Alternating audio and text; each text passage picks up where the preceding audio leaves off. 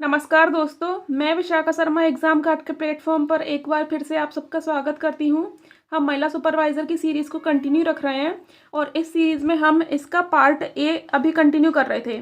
Part A में मैंने आपको लास्ट क्लास में न्यूट्रिशन वाला टॉपिक पढ़ाया था। इस न्यूट्रिशन में हमने पढ़ा था मैक्रो एंड माइक्रो न्यूट्रिएंट्स, ठीक है, मैक्रो एंड माइक्रो न्यूट्रिएंट्स।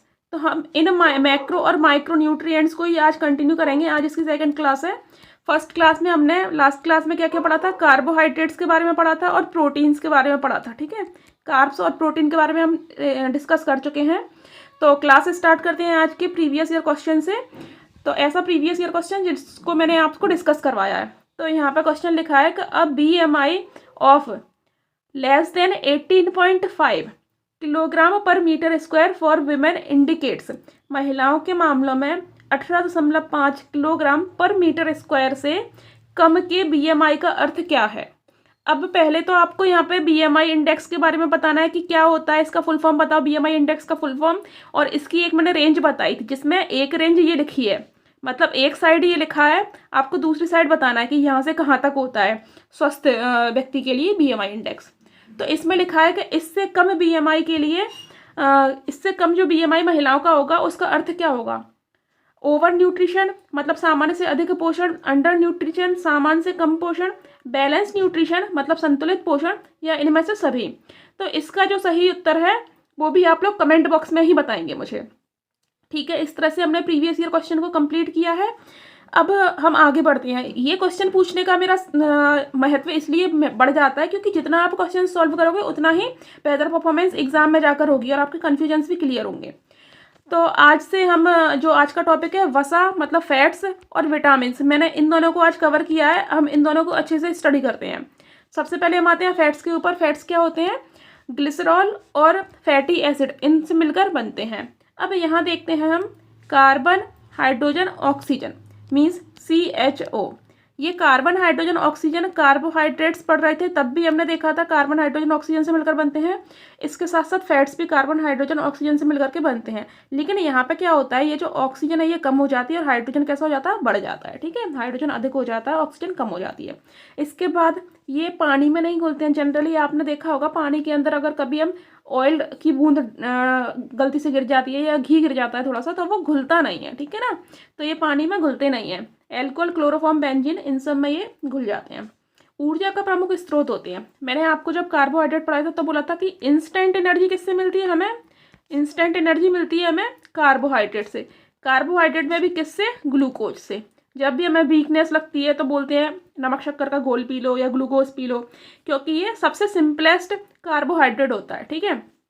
तो इससे मिल गई इंस्टेंट एनर्जी। लेकिन लंबे टाइम तक एनर्जी मेंटेन रहे तो उसके लिए क्या होता है, हमें फैट्स लेने पड़ते हैं अपनी डाइट में। इसके साथ साथ इन्हें लिपिड श्रेणी में रखा जाता है। आप इतना याद रखो कि इन्हें लिपिड श्रेणी में रखा जाता है। ट्राइग्लिसराइड भी इन्हें कहते हैं। अब देखते हैं कि ये दो टाइप के होते हैं, संतृप्त वसा मीन्स सैचुरेटेड फैट्स और असंतृप्त मतलब अनसैचुरेटेड फैट्स। तो संतृप्त और असंतृप्त में क्या होता है कि जैसे मैंने बताया ना, कार्बन हाइड्रोजन ऑक्सीजन इनसे मिलकर बनती है, लंबी लंबी चेन बनती है इनकी, ठीक है। तो यहाँ पे क्या है, कार्बन कार्बन के बीच जब सिंगल बॉन्ड होगा तो इसे बोलेंगे हम सैचुरेटेड, और कार्बन कार्बन के बीच जब डबल बॉन्ड होगा तो इसे बोलेंगे हम अनसैचुरेटेड या असंतृप्त, ठीक है।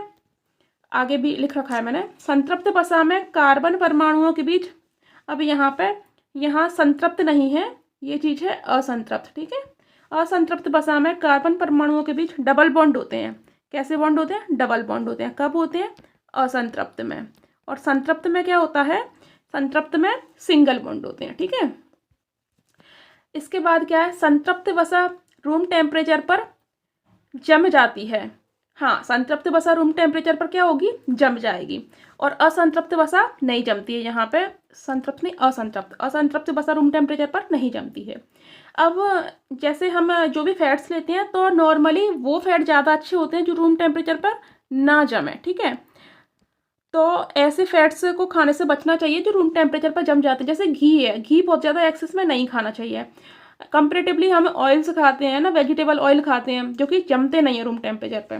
तो यही चीज़ें हैं। इसके बाद ये प्रश्न इंपॉर्टेंट हो जाता है कि लिनोलोइक एसिड और अल्फा लिनोलोइक एसिड ये मानव स्वास्थ्य के लिए आवश्यक वसीय अम्ल है। ये आपको याद रखना है क्योंकि इसी से मिलता जुलता प्रश्न प्रीवियस ईयर में देखा है मैंने, तो इस टाइप के फैक्ट्स भी पूछ लेते हैं। तो मानव स्वास्थ्य के लिए सबसे आवश्यक फैटी एसिड्स कौन सी हैं? लिनोलोइक एसिड और अल्फा लिनोलोइक एसिड। अब जो अल्फा लिनोलोइक एसिड है इसमें ओमेगा 3 हम एड्स में सुनते हैं, एडवर्टाइजमेंट जब भी आते हैं ओमेगा 3 ऐसा है ना, तो इसमें ओमेगा 3 फैटी एसिड होता है जो कि ब्लड वेसल्स में, मतलब कि रक्त वाहिकाओं में, ये क्या करता है, रक्त वाहिकाओं में फैट का जमाव नहीं होने देता है, ठीक है।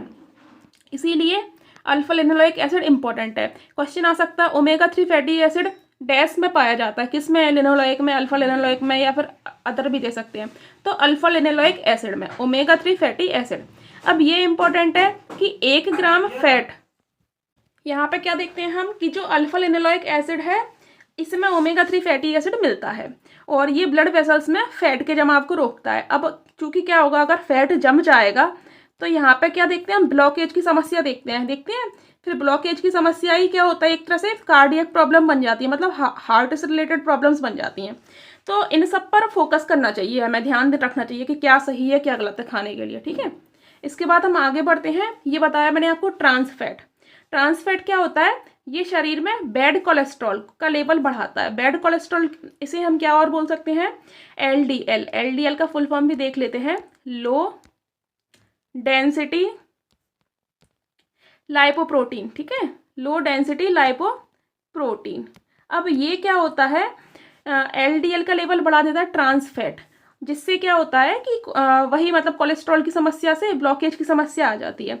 और अच्छे कोलेस्ट्रॉल को बोलते हैं एचडीएल में यहाँ पे लो है, यहाँ पे हाई हो जाता है। तो जब ट्रांस फैट हम ज़्यादा लेते हैं तो जो हाई डेंसिटी लाइपोप्रोटीन है वो कम हो जाता है, और ये कम होगा तो एलडीएल बढ़ेगा। एलडीएल क्या होता है, बैड कोलेस्ट्रॉल होता है, जिसके चलते ब्लॉकेज की समस्या होती है। ट्रांस फैट ज़्यादा किस चीज़ में होते हैं, ट्रांस फैट हम देखते हैं जब भी हम डीप फ्राइड चीज़ें ज़्यादा खाते हैं, डीप फ्राइड चीज़ें बहुत एक्सेस में हम डेयरी प्रोडक्ट ले रहे हैं, ठीक है, तो इन सब में ये ट्रांस फैट मिलता है। जो पैकेज्ड फूड खाते हैं, पैकेज्ड फूड में है ना, तो इनमें भी ट्रांस फैट मिलता है, तो इन चीज़ों से बचना चाहिए। इसके बाद फैट्स के फंक्शंस क्या होते हैं, कार्य क्या होते हैं वसा के, तो ऊर्जा प्रदान करना शरीर को, मैंने पीछे भी आपको बताया, विभिन्न अंगों को चोटों से बचाना। अपन देखते हैं जिस पार्ट पे अपनी मसल्स होती हैं, है ना, तो वहाँ पे अगर कोई चोट भी लगती है तो मसल्स तक पहुँचती है चोट, अंदर हड्डी तक नहीं पहुँचती है। तो इस तरह से क्या है, विभिन्न अंगों को चोटों से बचाता है। त्वचा के नीचे जमा होकर तापमान को नियंत्रित करता है। जनरली आपने देखा होगा कि जो दुबले लोग होते हैं उनको सर्दी ज़्यादा लगती है, क्योंकि उनमें फैट नहीं होता है, और जिनमें पर्याप्त फैट होता है उनको कंपेरेटिवली कम ठंड लगती है। तो क्या होता है, ये तापमान को नियंत्रित करता है ना, मेंटेन करके रखता है टेम्परेचर को, बॉडी टेम्परेचर को।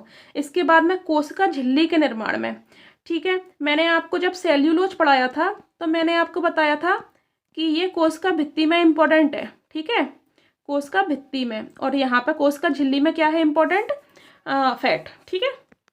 अब विटामिन ए डी ई के, इसको आप याद रख सकते हो, कीड़ा, KEDA, कीड़ा करके, ठीक है। तो ये जो कीड़ा जो विटामिन होती है KEDA, उल्टा याद कर लो, या ADE के, जैसे आपको याद हो जाए एडेक या कीड़ा, है ना, तो इनको अपने में घोलता है। हम देखते हैं विटामिन बी और सी तो पानी में सोल्यूबल है ना, वाटर सोल्यूबल है, लेकिन क्या होता है जो ADE के हैं वो फैट्स में घुलती हैं। इसके बाद हम आगे बढ़ते हैं। हमने फैट्स को कंप्लीट किया है, अब हम अपने अगले टॉपिक की तरफ चलते हैं जिनको बोलते हैं हम विटामिन, ठीक है। विटामिन की तरफ आगे बढ़ते हैं। शरीर के लिए आवश्यक सूक्ष्म पोषक तत्व जो ऊर्जा नहीं देते हैं, क्या है कि ऐसे माइक्रो न्यूट्रिएंट्स होते हैं, सूक्ष्म है ना, मीन्स माइक्रो हो जाएंगे। और ये क्यों इम्पोर्टेंट है, एनर्जी तो मिलती नहीं है, लेकिन इसके अलावा भी बहुत सारे फंक्शंस होते हैं बॉडी में, जैसे मेटाबॉलिज्म को मेंटेन करके रखते हैं, कोशिका के कार्य अच्छे से करे कोशिका, उसके लिए इम्पोर्टेंट है, डेवलपमेंट ग्रोथ हो, है ना, व्यक्ति में इम्यूनिटी सिस्टम अच्छा हो, तो इन सब के लिए भी विटामिन इम्पोर्टेंट हो जाते हैं। अब हम देखते हैं कुछ फैक्ट्स कि विटामिन जो शब्द है वो सबसे पहले फंक ने दिया है, विटामिन फंक, ठीक है। ए और बी मैकुलन ने दिए हैं। अब देखो सी ऐसा हाफ होता है ना, तो सी में हाफ कट, ठीक है। डी हॉपकिंस, तो आप अपने हिसाब से कनेक्ट कर लेना, डी हॉपकिंस, ठीक है। इसके बाद में ई में Evans, E for vitamin E for Evans, के हेनरिक, ठीक है। तो अब जैसे भी मतलब ट्रिक्स लगा के या जैसे भी करना है, बस हमको याद रखना है चीज़ों को। तो ये फैक्ट्स याद रखनी है। विटामिन वर्ड दिया था फंक ने, ए और बी मैकुलन ने, सी हॉलकट ने, डी हॉपकिंस ने, ई इवांस ने और के हेनरिक ने। इसके बाद हम आगे चलते हैं। आगे वही मैंने आपको वहाँ भी बता दिया है कि जल में घुलनशीलता के आधार पर विटामिन 2 टाइप के हो गए। एक तो पानी में जो सॉल्यूबल है वो, और जो पानी में सॉल्यूबल नहीं है, ठीक है, वो। अब जो सॉल्यूबल है वो वही कीड़ा या एडेक, ADE के, और जो सॉल्यूबल नहीं है वो बी और सी, ठीक है। विटामिन शरीर के द्वारा निर्मित नहीं किए जाते हैं, लेकिन डी और के का संश्लेषण शरीर में होता है। अच्छा, जब हम धूप लेते हैं तो विटामिन डी मतलब जनरेट होती है बॉडी के अंदर, ठीक है। डी डायरेक्ट नहीं मिलती है लेकिन बनती है डी, है ना। इसके अलावा के विटामिन भी जब हमें चोट लग जाती है तो विटामिन डी भी अंदर से बनती है, लेकिन उसके लिए भी कुछ जो प्रोटीन्स वगैरह होती हैं, कुछ चीज़ें होती हैं, वो हमें इनटेक करके रखना पड़ती है बॉडी के अंदर, है ना, वो होना चाहिए। अब क्या है, विटामिनों में कुछ महत्वपूर्ण तत्व पाए जाते हैं। जैसे विटामिन डी में क्या मिलता है, कैल्शियम। विटामिन B12 में क्या मिलता है, कोबाल्ट। विटामिन बी ग्रुप में, सारे विटामिन बी ग्रुप में क्या मिलता है, नाइट्रोजन। और B5 और B7 में स्पेशली मिलते हैं सल्फर। तो याद रखना है, विटामिन डी में कैल्शियम, B12 में कोबाल्ट, विटामिन बी ग्रुप में, या मतलब बी में बहुत बड़ा ग्रुप होता है तो B1 से लेकर के B12 तक, तो विटामिन बी ग्रुप में नाइट्रोजन, और B5 और B7 में स्पेसिफिक सल्फर। इसके बाद हम आगे बढ़ते हैं, इसके बाद हम आगे कंटिन्यू करते हैं। आगे हम देखेंगे स्पेसिफिक एक के विटामिन को, उसके रासायनिक नाम, मतलब जो केमिकल जो उसका नेम है वो, और इसकी कमी से होने वाला रोग, जो जिसे आप हीनताजन्य रोग भी कहते हैं, डेफिशिएंसी डिसीजेस बोलते हैं, ठीक है। तो ACDE अब यहाँ पे हमें ना कनेक्ट करते हुए याद करने की कोशिश करेंगे। विटामिन ए रेटिनॉल, ठीक है। ए को आप ऐसे रेट में ए, ठीक है, RAT, जो भी रेट ए और विटामिन ए, तो ऐसे कनेक्ट कर लो। तो विटामिन ए में रेटिनॉल इसका रासायनिक नाम होता है, और इसकी कमी से होने वाले रोग कौन कौन से हैं, रतौंधी और जीरोफ्थैलेमिया। रतौंधी और जीरोफ्थैलेमिया दोनों क्या है, आई साइट से संबंधित रोग है ना। इसमें क्या होता है कि जीरोफ्थैलेमिया में क्या है, सीवियर सिम्टम्स दिखते हैं हमको, और इसमें टोटल ब्लाइंडनेस की कंडीशन भी पहुंच जाती है, ठीक है। और यहाँ पर रतौंधी में जनरली क्या होता है, रात के समय में नहीं दिखता है, ठीक है, रात को नहीं दिखता है। तो ये हो गया रतौंधी, और जीरोफ्थैलिया में टोटल ब्लाइंडनेस की कंडीशन पहुंच जाती है। इसके बाद हम अपने अगले विटामिन की तरफ चलते हैं। अगला जो विटामिन है, विटामिन सी का एस्कॉर्बिक एसिड। अब इसकी कमी से होने वाला रोग कौन सा है, स्कर्वी। स्कर्वी में क्या होता है, जनरली दांतों में सड़न आ जाती है, और खून आता है दांतों में से, मसूड़ों से खून आता है। इसके बाद में वही थकान, कमजोरी, तो जनरल है इन सारी चीज़ों में, ठीक है। तो ये है vitamin C ascorbic acid, ascorbic, तो कॉर्बिक से आप सी से कनेक्ट कर सकते हो। इसके बाद विटामिन डी कैल्सीफेरोल, याद रखना है, कैल्सीफेरोल को सी से कनेक्ट मत करना। मैं जब याद करती थी काफ़ी टाइम पहले, तो सी और कैल्सीफेरोल मुझे ऐसे याद रहता था, लेकिन सी एस्कॉर्बिक एसिड है, एसिड वाला सी है, ठीक है, एसिड, सी में एसिड है। Vitamin D calciferol. अब कैल्सीफेरोल से क्या होता है, रिकेट्स और ऑस्टियोमलेशिया। अब यहाँ पे याद रखना है, जो रिकेट्स है वो बच्चों में होता है, रिकेट्स किन में होता है, बच्चों में, और ऑस्टियोमलेशिया में एडल्ट्स में भी दिखता है, ठीक है, बड़ों में। दोनों ही हड्डियों से संबंधित रोग है, हड्डियाँ कमजोर हो जाती हैं। इसके बाद विटामिन ई टोकोफेरोल। तो जो टेकोफेरोल या टोकोफेरोल, जो भी आप बोलो, तो टेकोफेरोल में क्या होता है, प्रजनन क्षमता कम हो जाती है, ठीक है। इसके बाद विटामिन के क्लॉटिंग मतलब रक्त का थक्का जमना। के क्विनोन, तो फिलोक्विनोन इसका रासायनिक नाम हो गया। के से क्लॉटिंग वाला काम हो गया। अगर विटामिन के की कमी होती है तो रक्त का थक्का ठीक से नहीं जम पाता है। एक बार हम फिर से इन सब सारे विटामिन को रिवीजन कर लेते हैं। सबसे पहले देखा है विटामिन ए मतलब रेटिनॉल, और जो बीमारी है विटामिन ए की कमी से वो रतौंधी है, जीरोफ्थैलेमिया। उसके बाद सी एस्कॉर्बिक एसिड, जो बीमारी है वो स्कर्वी। तो सी से सारे मतलब वाले वो आ रहे हैं, राइम्स आ रहे हैं। विटामिन डी कैल्सीफेरोल, ये याद रखना है, डी कैल्सीफेरोल होता है। डी से रिकेट्स और ऑस्टियोमलेशिया, रिकेट्स होगा बच्चों में, ऑस्टियोमलेशिया होगा एडल्ट्स में। देन ई टोकोफेरोल, प्रजनन क्षमता में कमी हो जाती है। के क्विनोन के चलते रक्त का थक्का नहीं जमता है। इसके बाद हम अपने आगे के विटामिन की तरफ चलते हैं। अब आगे देखते हैं, यहाँ देखते हैं B1, B2, B3, B5, B6, B7, B11 और B12। आपको याद रखना है कि कौन से हम नहीं देखेंगे, वो भी याद रखना है, क्योंकि कभी आप गलत भी ऑप्शन लगा लोगे। तो B1 से लेकर के B1, 2, 3 तक, देन 5, 6, 7, ठीक है, फिर 11 और 12। तो यहाँ पे आप अगर आपको जो भी याद करना है वो अपने हिसाब से भी याद कर सकते हो, लेकिन मैं ऐसे कनेक्ट कर लेती हूँ। तरण, ठीक है, तरुण पपी, तरुण का पपी। ब्यूटीफुल, तो ब और फ, तरुण का पपी ब्यूटीफुल, तरुण का पपी ब्यूटीफुल। इसके बाद साइनो को वाले में ना आप याद कर लेना अलग से। तो सबसे पहले तो मीन्स थायमिन याद हो जाएगा, र मीन्स राइबोफ्लोविन याद हो जाएगा, न मीन्स नियासिन। अब अपने को एक क्लू भी मिल जाता है ना, सिंपल सा, तब भी हम बहुत सारी चीज़ें कनेक्ट कर लेते हैं, ठीक है। तो पहले तो B1, 2, 3, देन 4 को स्किप करो, 1, 2, 3, फिर 5, 6, 7, 1, 2, 3, 5, 6, 7, 1, 2, 3, देन 5, 6, 7, फिर 11, 12। तो 1, 2, 3, 5, 6, 7 और 11 तक तरुण का छोड़ो, उसमें तरुण पपी ब्यूटीफुल। तो तरुण मीन्स थायमिन, र मीन्स राइबोफ्लोविन, न मीन्स नियासिन, प मीन्स पेंटोथोनिक, पी मीन्स पायरिडॉक्सिन, ठीक है। या पपी अगर हम इंग्लिश में ऐसे लिखेंगे तो PPY, तो पायरी है ना, इससे ये पायरिडॉक्सिन, और ये प मीन्स पेंटाथोनिक, ठीक है, या पैपी, जो भी याद रखना है आपको। तो पेंटाथोनिक, फिर पायरिडॉक्सिन, देन ब मीन्स ब्यूटीफुल, मतलब ब्यूटीफुल में हमने ब से किया है बायोटीन और फ से फॉलिक एसिड, ठीक है। अब बीमारियां देखते हैं। B1, berry berry. अब इस बेरी बेरी बीमारी में क्या होता है जनरली, हम इसको देख लेते हैं। अब जब हम अगर ज़्यादा डिटेल में बात करेंगे तो ये बेरी बेरी ना 2 टाइप की होती है। एक होती है शुष्क मीन्स ड्राई, और एक होती है मतलब इसे बोल सकते हैं हम वेट या गीली, ऐसा है ना। तो यहाँ पे जो शुष्क वाली होती है वो तो होती है हमारी हड्डियों से रिलेटेड, ठीक है, क्या, हड्डियों से रिलेटेड, मांसपेशियों से रिलेटेड, मतलब दर्द होता है इसमें। और ये जो होती है वेट वाली, इस वेट वाली का जो रिलेशन होता है वो होता है हार्ट से रिलेटेड, ठीक है, हार्ट संबंधी हमें डिसीजेस हो सकती हैं। इसके बाद सेकंड हम देखते हैं राइबोफ्लोविन। राइबोफ्लोविन मतलब B2। राइबोफ्लोविन से जो बीमारी होती है वो होती है कीलोसिस। क्या बीमारी होती है, कीलोसिस। तो इस बीमारी में क्या होता है, जो मुंह के चारों तरफ, मतलब मुंह का जो इंटरनल एरिया होता है वहाँ पर दाने निकल आते हैं, ठीक है। और जो स्किन होती है हमारे, जो लिप्स के साइड की स्किन होती है वो भी फटने लगती है, जो लिप्स होते हैं वो बहुत चिकने से और ऐसे स्वेलिंग आ जाती है वहाँ पे। तो ये सारी समस्या होती है कीलोसिस में, क्लियर है। इसके बाद हम अपनी अगली बीमारी की तरफ चलते हैं। B3 से जो होती है पेलाग्रा। पेलाग्रा को हम बोलते हैं 4D सिंड्रोम। तो पेलाग्रा के लिए आप जनरली D3 याद रख लेना, या 4D यहाँ पे दिया हुआ है, मुझे D3 पता है, तो आप ये 3D तो याद ही रख लो। 3D में कौन कौन से होते हैं, डर्माइटिसिस मीन्स डर्माइटिसिस, ठीक है, डर्माइटिसिस। इसके बाद एक होता है डायरिया,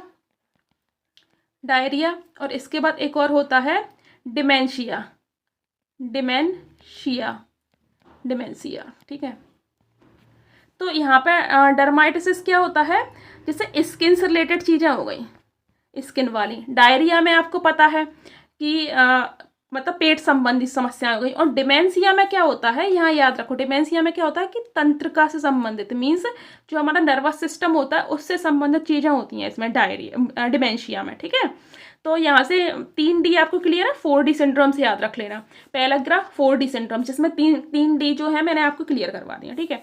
इसके बाद B5 जो बीमारी, मतलब B5 जो विटामिन है उसको बोलते हैं पेंटाथोनिक। 5 मतलब पेंटा है ना। तो B5 से सामान्य जो भी समस्याएं, चर्म रोग है, बाल सफ़ेद है, वृद्धि कम होती है। उसके बाद B6 पायरिडॉक्सिन, एनीमिया, चर्म रोग। अब मतलब जनरली विटामिन से क्या चर्म रोग देखने को मिलते हैं ना। B7 से बायोटिन, चर्म रोग और बालों का गिरना, मीन्स जो डर्मेटोलॉजिस्ट वाला काम है वो विटामिन के चलते ही होता है ना। B11 से क्या है, एनीमिया, कुंठित बुद्धि, और B12 से एनीमिया, ठीक है। तो इस तरह से हमने सारे विटामिन, उनके जो भी रासायनिक नाम है उनको, और उनसे होने वाली बीमारियों को कवर किया है। हम आगे बढ़ते हैं। आगे है हमारे मिनरल्स मीन्स खनिज। अब विटामिन की तरह क्या होता है, ये भी ऊर्जा नहीं देते हैं लेकिन शरीर के लिए आवश्यक होते हैं। खनिजों की आवश्यकता के आधार पर भी हमने इन्हें 2 टाइप से बांटा है, मैक्रो और माइक्रो। हम जनरली खनिज को किस में पढ़ते हैं, माइक्रो न्यूट्रिएंट्स में। अब इन माइक्रो में भी हमने खनिजों को मैक्रो और माइक्रो में बांट दिया। मैक्रो किन्हें कहते हैं और माइक्रो किन्हें कहते हैं हम देख लेते हैं। जो मैक्रो होते हैं वो 100 मिलीग्राम पर डे से ज़्यादा वाले, ठीक है, 100 मिलीग्राम पर डे से ज़्यादा वाले को मैक्रो कहते हैं। अब याद करते हैं, sodium, potassium, calcium, phosphorus, magnesium और क्लोरीन। याद रखना है मैग्नीशियम है, मैग्नीज माइक्रो में आता है। तो सोडियम पोटेशियम ऐसे याद रखो, सोडियम पोटेशियम एक जैसे, कैल्शियम, क्लोरीन और फॉस्फोरस और मैग्नीशियम, ठीक है। इसके बाद माइक्रो में बचे हुए जैसे आयरन है, जिंक है, आयोडीन है, मैंगनीज है, ठीक है, बोरॉन है, फ्लोरीन है, ये सारे माइक्रो में आते हैं। इसके बाद हम एक एक से अच्छे से डिटेल में देखते हैं। सबसे पहले सोडियम। सोडियम का काम क्या है? एसिड बेस संतुलन शरीर में बनाए रखता है, पानी को शरीर में रोक कर रखता है, ठीक है, और दाब संतुलन। इसका दाब संतुलन का मतलब क्या है कि जो भी ब्लड प्रेशर है, क्या है, ब्लड प्रेशर, ठीक है, जनरली ब्लड प्रेशर कम ज़्यादा होता है, जब भी लो हो जाता है ब्लड प्रेशर तो हम बोलते हैं कि नमक खा लेना चाहिए ना, या नमक का घोल पी लेना चाहिए। तो क्या होता है, वो सोडियम क्लोराइड होता है, उससे मेंटेन हो जाता है। अब सोडियम की कमी से कौन सा रोग होता है? हाइपोनेट्रीमिया, ठीक है। अब जैसे सोडियम है तो आपको हाइपोनेट्रीमिया याद रखना है। सोडियम Na होता है, Na से आप नेट्रीमिया कनेक्ट कर सकते हो। इसके बाद हम आगे बढ़ते हैं। नेक्स्ट है पोटेशियम। पोटेशियम से भी एसिड बेस संतुलन होगा, नर्व सिग्नल्स अच्छे तरीके से जाते हैं, हृदय धड़कन, मांसपेशी गतिविधि, ये सारे काम पोटेशियम के होते हैं। इसकी कमी से कौन सा हो जाएगा? हाइपोकैलेमिया। सोडियम से हाइपोनेट्रीमिया था, पोटेशियम से हाइपोकैलेमिया हो जाएगा। उसके बाद हम आते हैं कैल्शियम में। कैल्शियम का काम बोन और टीथ के लिए, मतलब दांत और हड्डी के लिए इंपॉर्टेंट होता है सबसे ज़्यादा। इसके बाद इसका ये भी इंपॉर्टेंट काम है, अक्सर एमसीक्यू में पूछ लेते हैं कि ब्लड क्लॉटिंग में कौन से मिनरल्स काम आता है, तो यहाँ पे याद रखना है कि कैल्शियम, ठीक है। मसल्स फंक्शंस अच्छे से कराता है। अब कैल्शियम की कमी से कौन कौन से रोग होते हैं? हाइपोकैलेमिया, ऑस्टियोमलेशिया, रिकेट्स और टेटेनी। ऑस्टियोमलेशिया मैंने आपको बताया था एडल्ट्स में होता है, ठीक है, और रिकेट्स बच्चों में होता है, ठीक है। और ये विटामिन डी भी यहाँ पे इंपॉर्टेंट हो जाता है इन बीमारियों में, ठीक है। इसके बाद फॉस्फोरस में आते हैं, हड्डी और दांत के लिए ही है। कैल्शियम, फॉस्फोरस जनरली हड्डी और दांत के लिए। इनकी बीमारी से हाइपोफॉस्फोरेमिया, वही रिकेट्स और ऑस्टियोमलेशिया, ठीक है, बीमारी हो जाती है। इसके बाद आगे बढ़ते हैं।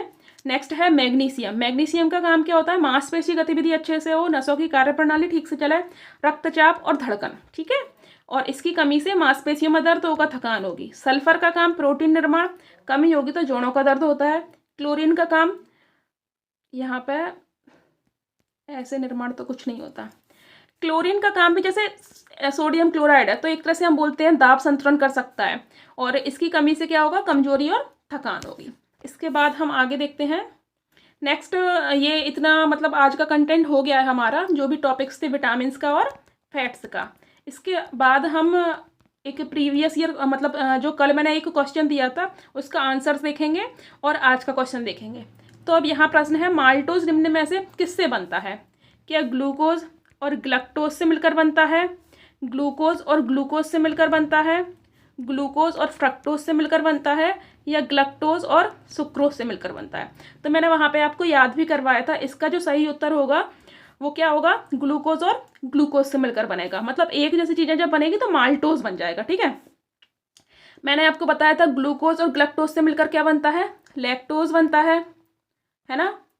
इसके साथ साथ में ग्लूकोज और फ्रक्टोज से मिलकर क्या बनता है? तो यहाँ पे सुक्रोज बनता है।